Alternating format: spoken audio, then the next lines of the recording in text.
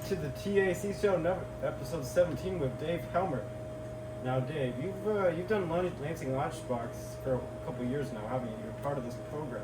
Yep, so it was started in 2020 amidst the COVID-19 pandemic as a way to provide easy access to food for Lansing students when they couldn't really get access to it because of the school being closed, because we found that unfortunately a lot of kids in our community, they rely on our free lunch program at school to get a lot of the stuff that they eat for lunch, and with the school closed down starting in March of 2020, they couldn't really get that, and we later found that we could provide that service all through that summer, and it's kind of continued ever since as just a way to give a little extra support, especially in these tough times. So, have you been working here since the beginning, or when did you fully start working here? So I started with the food pantry, I want to say late 2018, back just with the food pantry, which was, their goal was to provide food for people who couldn't necessarily afford it, or people who were dealing with scarcity of food. And they still do that, but then, like I said, in 2020, the Lunchbox, my mom kind of branched off into a different kind of program in tandem with the other program to kind of have a broader scope of who we could help. Now, did this program immediately become popular at the start of the pandemic, or when did it immediately start gaining its traction as its own thing, separate from the pantry? I don't know. I'd say definitely over the summer, because a lot of people, my mom was very good at publicizing it and getting people's attention with it, and letting people know that this service was now available for them, especially for people who needed that service. So I think it was really helpful right off the start, and we slowly grew to the point where now pretty regularly we have at least 100 people that we serve per distribution, and that's only with the Lansing Lunchbox. Add on the food pantry, and that's hundreds of people being served constantly each month, and that's a really great thing. And it's great that we could find that success so quickly. Yeah, in the beginning of the pandemic, how many people would you guess was there? I'd say around 50. To start.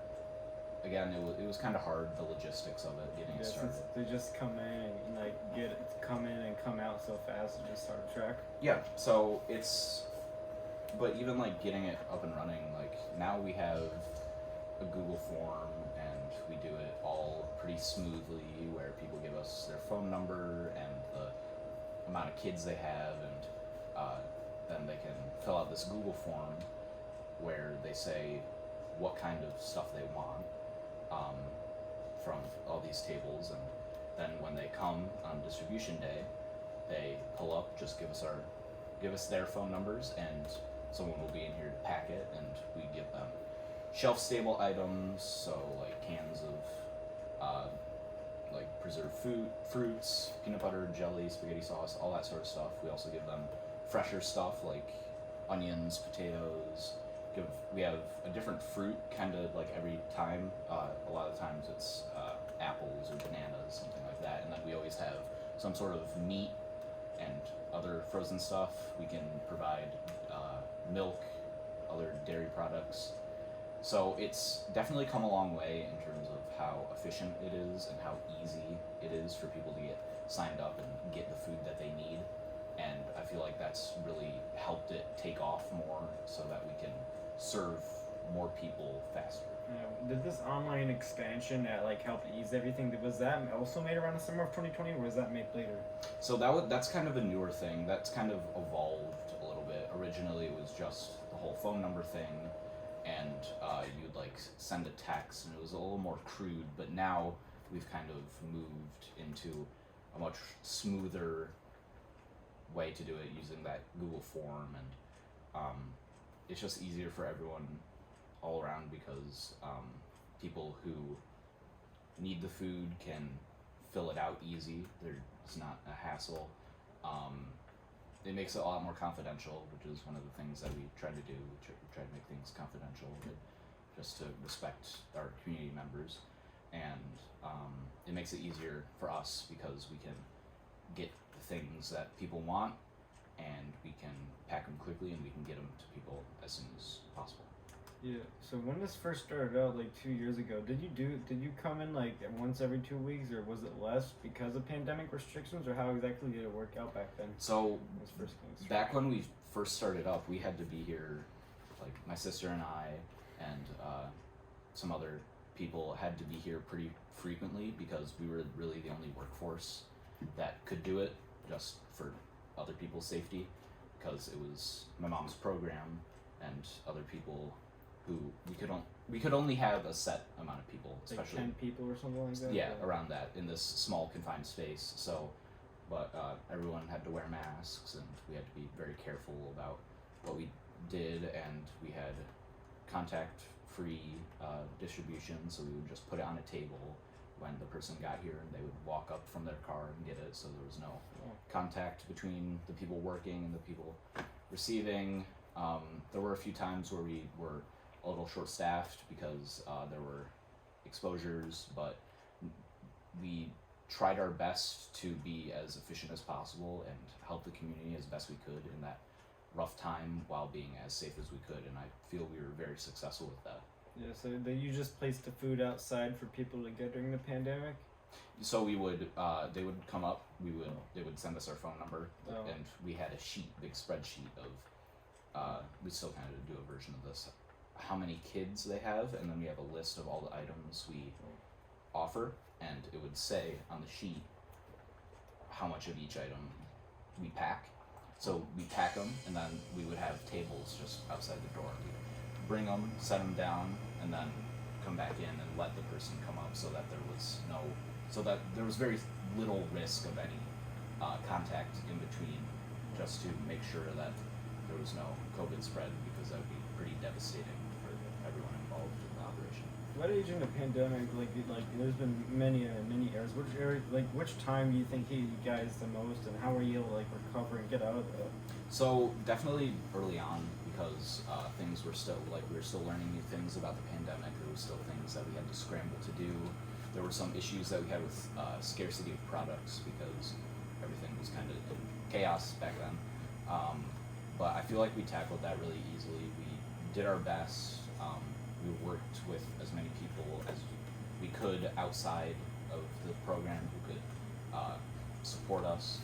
And I think we kind of really got out of that any little rut that we were in pretty efficiently, because we had a lot of support from the community, which is great. We continue to seek support, and we continue to receive it.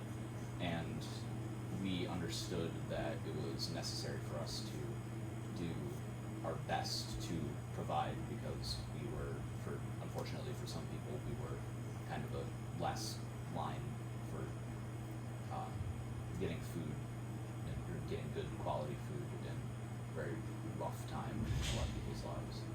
So when did the expansion of other high school workers happen? Was it hard in the beginning, or was it just you and your sisters?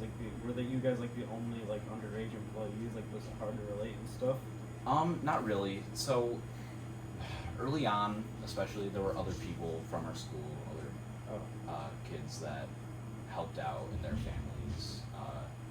Two families I can think of in particular, and then the expansion of, I've been trying to get more kids to help out just because it's a good thing. A lot of people would like volunteer hours, and this is a really great way to not just get volunteer hours, but also have a sense that these people are helping out their community. And so I've been trying to recruit as many people as possible. I made a couple social media posts, and then people reach out to me, or I reach out to them and said, hey, do you want to come and do this? Just check it out, see how you like it. And there was a good response to that, and I got a lot of help with volunteering from those people, and I think that was really a great thing, because that means that we can continue to expand and capture the attention of more people who can potentially volunteer and just drum up more support for the entire program as a whole, and that's a great thing. Yeah, so I know you put like I don't know like you put in a section of you and your service last year in a yearbook. Did it become more popular after that? I'm not sure. I didn't see much direct, any relationship that was more direct in terms of our growth as a response to that. Unfortunately, I was hoping it would have more traction, but that kind of was like a lesson learned where that I had to be more vocal to people I knew, and that we as a team had to be more vocal to people about the good that we were doing, and that they could do a lot of good themselves by helping out. It's that we had to explain that it's not a hard thing, and it's really fulfilling to have that sense that you're helping this community, especially through hard times. Everyone's experiencing hard times, and to be able to give some of your time to help other people is a really great feeling. Now, what inspired your mom to like spin off in the first place, and how many years did she have like working with a pantry beforehand in terms of volunteering and stuff? So I'd say we all started around the same time. My mom started a little bit before because she was doing a lot of stuff in terms of community outreach, and the food pantry came on her radar, and she jumped on the opportunity to be a part of that because she's always been someone who's really into public service, especially when it comes to kids, because she has 2 kids in the Lansing school system.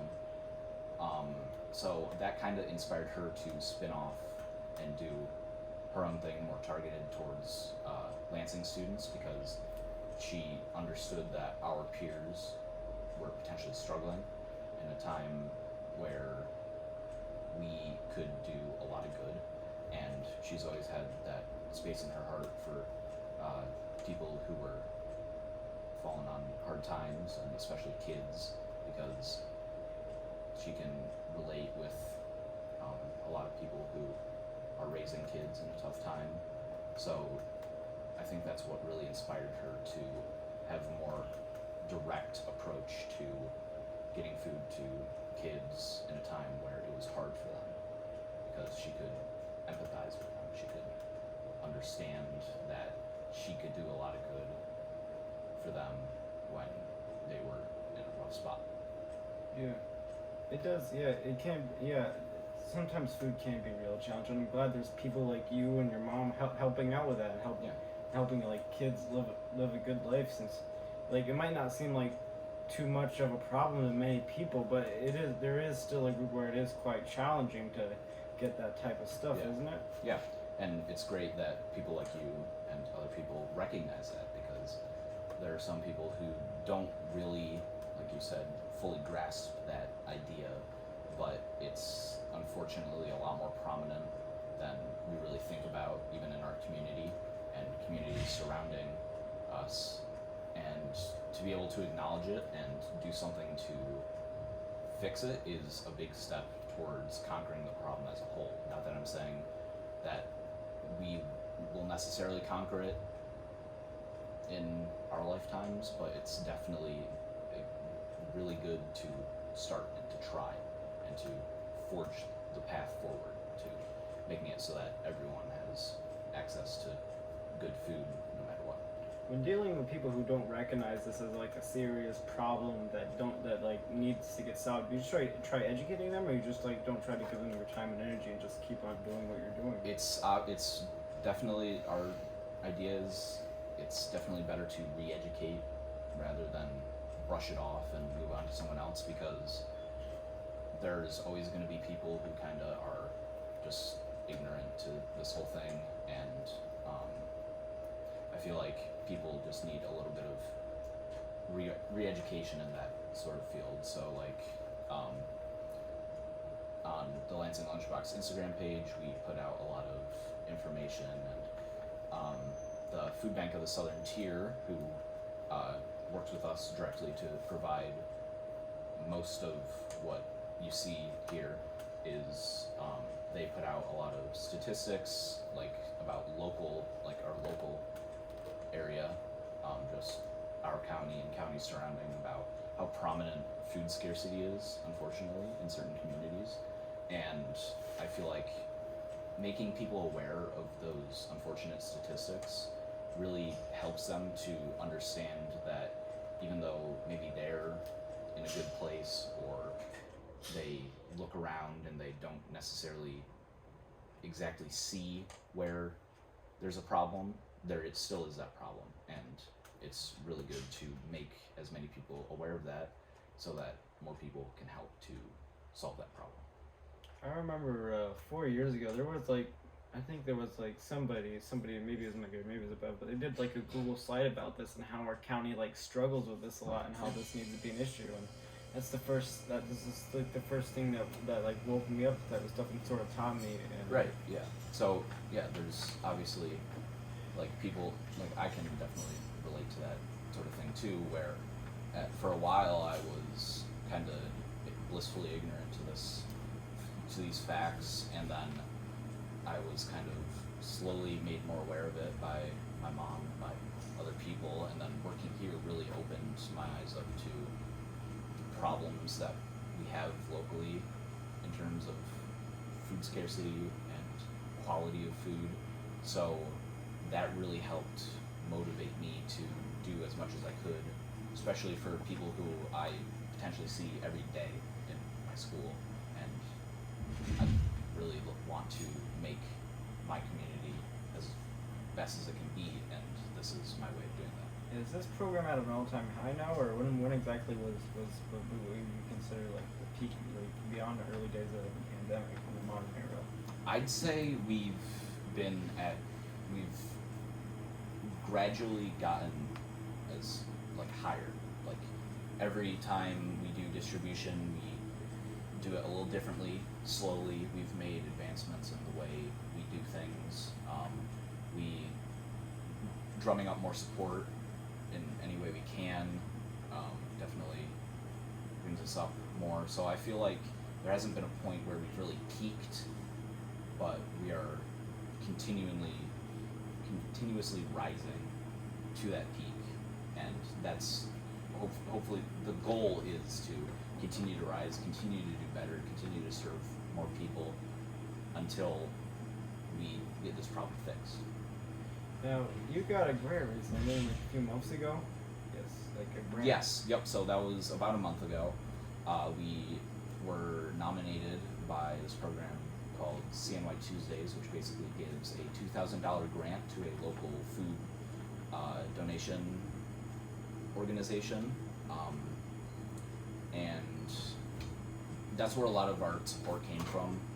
We drummed up a lot of support for that, to vote for us, to get that money and we used all of it to purchase more food and better stuff from the food bank, the Southern Tier, and along with that $2,000 donation, we got a second $2,000 donation from the Plantsman Nursery, from Dan Siegel, because they're really big into local causes like ours, and that's really amazing when local businesses and other local organizations recognize us as a force for good and will support us, because that's another thing that really drums up a lot of support from other people in our community.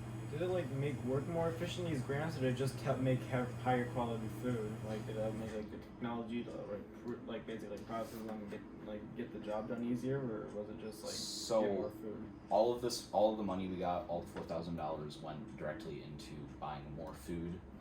We didn't use it for, because the system we already have, it's imperfect at times, but it's very efficient. It's perfectly fine for what we do, and we needed the money to buy more food, better quality food. That's what most of our donations from private donors go to. So we take that money that we get and pump it directly into getting more food, getting better quality food, so that we continue to do the good job that we do, just better. So is this the biggest grant you've ever had to deal with recently, or was there any in the past this big, or is this so far the biggest one you've ever had to deal with? This is definitely the biggest grant we've been given. Obviously, people do monthly grants of smaller amounts that are extremely helpful, but this is definitely the biggest grant we've received, and it was amazing. And I'm thankful for everyone who voted for us, everyone who helped out, everyone who was a part of getting that grant, because it's really going to do a lot more good, and it's going to help us get closer to that goal. Was there ever an expansion of fresh food, or did you always start out with a whole bunch of fresh food, or did that just sort of expand over time? So our goal originally was just to get it was a lot. We did a lot of non-perishables, a lot of canned stuff like that, but then we kind of slowly realized that people need fresh food, people need fruits and vegetables and proteins and stuff like that. So we kind of expanded our partnership with the Food Bank of the Southern Tier and Lansing Market to get some of that stuff. So like from Lansing Market, we get a lot of we get milk and we get rolls that they bake there.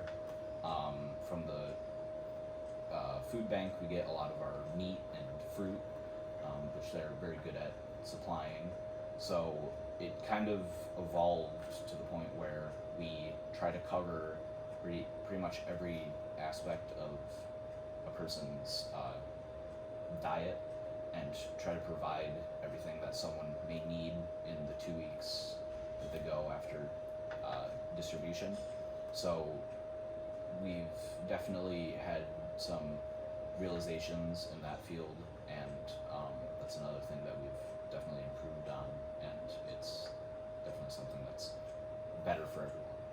Now as times go by, has more of your stuff come from the food bank, or has there been less of it, or has it just sort of like stayed the same over the past few years? We've tried to keep it the same, like the same amount of stuff, because obviously when we get growth of people we serve, we're gonna need more. But recently it's been a pretty, like I said earlier, it's been a pretty stable number of people each time. We haven't seen much variation in that. So we get the majority from them because they're the biggest distributor for programs like ours in the area. So we get most of it from them, and usually we get like 1 or 2 pallets depending on what kind of stuff we're getting, and they'll bring it in a big truck and we'll unload it and stock the shelves, stock the tables, get ready to distribute it to people. And it's, when you think about it, it's a lot of food.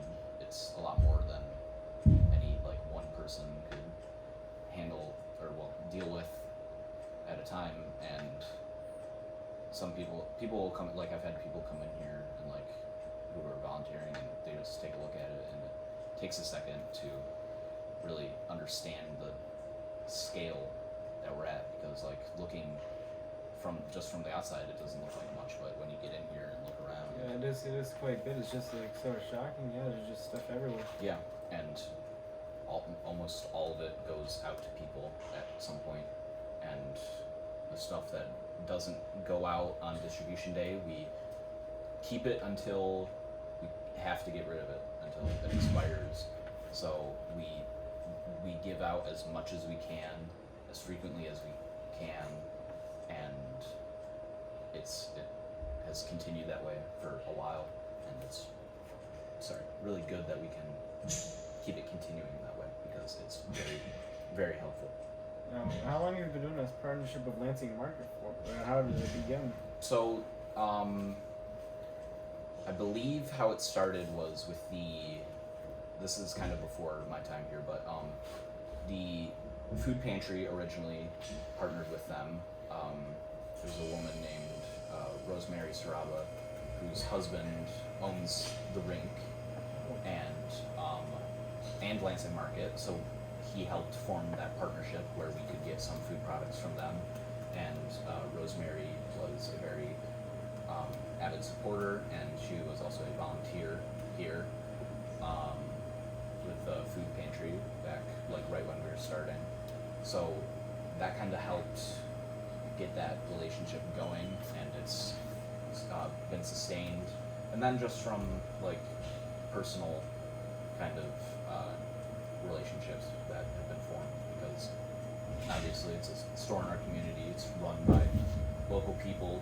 Local people are in there all the time. We're in there all the time. I used to work there, so definitely that's a big thing that we have with our program is the personal being able to be on a personal level with a lot of people who support us, being in this small community, and that's how we get a lot of our support is by talking to people and trying to get them to understand our point of view. Now with the food pantry, you're able to get stuff a way cheaper rate from something you get at a market or a superstore. Why exactly is that? Like you're able to get stuff from both so easily? Well, when we get it from the food pantry, it comes to us cheaper just because that's kind of the point of their program is to provide an abundance of food to local programs. Oh. So we get it at a much cheaper rate because a lot of it is in abundance. They take it from surpluses, and I believe their program is at least state, if not federally funded, so they are required to provide food at a cheap price for pantries so that they can distribute it to people who maybe don't have access to the same amount of quality food based on their financial situation. You were on the news a few months ago. Weren't you alongside those two brands? What exactly was that like? You want all the employees here to be featured? So it was great because, like you said, we were featured on, I believe it was NBC3 Syracuse, which a lot of people saw. This was just after that grant, and it was great to have that publicity because it allowed more people to see what we were doing, to see the good that we were doing from an kind of internal standpoint. There was clips of us just stocking shelves, doing what we usually do, but having it on the news was a great way for people to become more aware of what we do. And there were a couple people who I don't know from doing this program, or I don't know from school. I had like two coworkers and like some other people I knew say, "Hey, you were on the news the other day," just because they happened to be watching it. And that kind of shows how many people, how great it is to be able to publicize through TV and get our message out there more, because then more people who weren't aware of it before are aware of it, and they see the good that we do, and they're more inclined to help out. So like, has loosening the pandemic restrictions changed anything much, or made anything really easier recently with Lansing Lunchbox? So kind of the loosening of the pandemic restrictions was really good for the number of people we could have in here volunteering. That was great because we could have more people in here at one time doing things more efficiently. That was just good for setting things up and getting things distributed. And it's also good for having more personal connections with other people, because over COVID, there was obviously we couldn't really go out and do things, but now my mom has gone to a couple community events where she goes and she tells people who are there about our program and about our mission statement, and that also helps with the recognition of the good our program does. Oh. So is there any specific time when you guys get the most amount of people just coming here for food and stuff? I don't know. It's like I said, it's pretty consistent amount of people that we serve each time. We usually do distribution every 2 weeks. I'm not sure of the exact numbers for the food pantry because I don't work directly with the food pantry as much as I used to.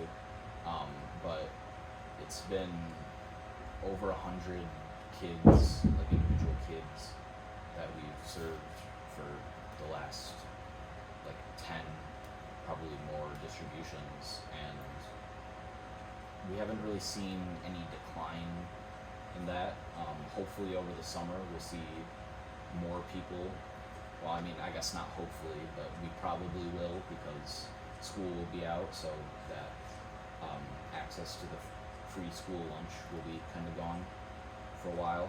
Um, so we will see more people then, but it's been very consistent recently, and it's great that we can help that many people. So a good chunk of the school district's lunch is from you guys. Like, would you guys 50% to 80%, or what? Like, how much of it is like is what students see in like lunch on a daily basis would be from you guys? So I'm not sure the exact statistics. We don't really provide solely lunch foods. We provide pretty much everything that you would need. But when that we noticed when that access to free school lunches was gone for a lot of kids, it made things harder. It put more financial stress on families, which was really not good for that time. And we still notice things like that now when school's out for the summer. So we just try to provide food for as many people as we can, whatever they want that we can supply, and it's just pretty much the same thing every time we do it, but it's really helpful for a lot of people, and we always see great response to it, and that's. Now, as you become an adult eventually, and eventually graduate high school, what do you think of your future? What this program will look like?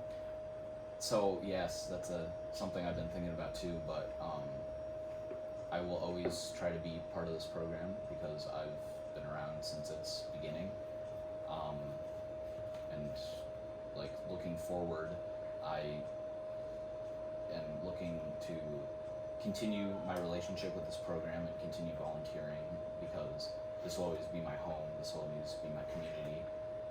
So I want to do as much as I can to help it for as long as I can. Oh. Have you ever had any instances where basically giving families food has radically changed your life? Have you ever had to deal with this working here or seen any of that? I feel like it's definitely opened my eyes to more aspects of where things maybe need to be changed, and just in our communities, and kind of it's given me more of a wider view on things that are problems that need to be fixed, because I've dealt with trying to fix one of those problems. So I feel like I'm definitely less ignorant to a lot of the things that go on that need to be changed, especially when it comes to our community. How do you think do you have any opinion on how big organizations on the UN should handle something like this, or should they be the ones responsible for this at all, or should it just be left to the individual communities to assess this? That's a very good question. That's something that my mom and I talk about a lot because we deal with it directly, and it's, I don't know, that's something that's been debated for a long time on a much broader scope, but we definitely believe that while we do a lot of good as just a community program, we could do a lot more good if we were getting support from the state or the federal government, because they have obviously a lot more power to help than just our small group or even the Food Bank of the Southern Tier does. So that's always something that we're trying to do. We're trying to get more support from bigger organizations that can help us better, so that we can help the community better. And that's something that a lot of people agree with. That's something that a lot of people have been pushing for legislation for, is getting bigger agencies, bigger groups in local and state and federal government to be involved with these programs, because at the end of the day, they're the ones who can do the most good, because they're the ones who are supposed to protect everyone within their community. So everyone should be in this all together then. So Yeah. what do you think? Which thing brought you the most publicity? Was it the news thing, or what do you think? The most brought you guys the most attention? It's tough because the being on the news, unfortunately, didn't get a lot of attention locally, given that it was a Syracuse news channel. So I think our biggest local growth within our community has just been from social media posts, getting people to follow our social media, talking to people one-on-one or in group settings, having the support of local officials has been great. So I think that's where we get the most of our publicity and the most attention to our program. It comes from that local outreach. Yeah, I remember when I first learned about it. It was like at the ground pool, and I was going to the ground pool. I was getting out of it, and I saw this paper saying no, like basically like no kid should ever go hungry. That's how I first learned about it. Yeah. It's been around I don't know. Like it was invented. The program itself was invented in 2019, right? It was probably 2019, 2020. So it's probably brand new back then, but that's how I first learned about it. Yeah, and that's great. That's another thing. Like local newspapers, like the Lansing Star, we've had a couple of local reporters come and take pictures and learn about our program, and they write newspaper articles, and that gets us a lot more local publicity, and that's another great thing that helps people become aware of the good we're trying to do. So, what do you think? Like, if the support and the peaking still happen, like this program becomes increasingly popular, and you guys are able to spread more awareness, what do you think this program will be like in 5 years from now? 5 years from now, hopefully, we have more people volunteering, having better funding, hopefully better quality of food. Not that the stuff we have is poor quality, but we can always do better in that aspect. And really the goal 5 years from now, hopefully, is to see less people coming to this program. Oh wow. Because that's the whole point, is to eradicate the need for this kind of program. This kind of program isn't something that we want to have be sustained forever and ever. It's one of those things where when we don't need to be necessary anymore, that's how we know we've gotten to a good place, because then people don't have to rely on us to get the basics that they need for food. Have we gotten any recognition from New York State itself, or like in any way, shape, or form, or? Not that I'm aware of.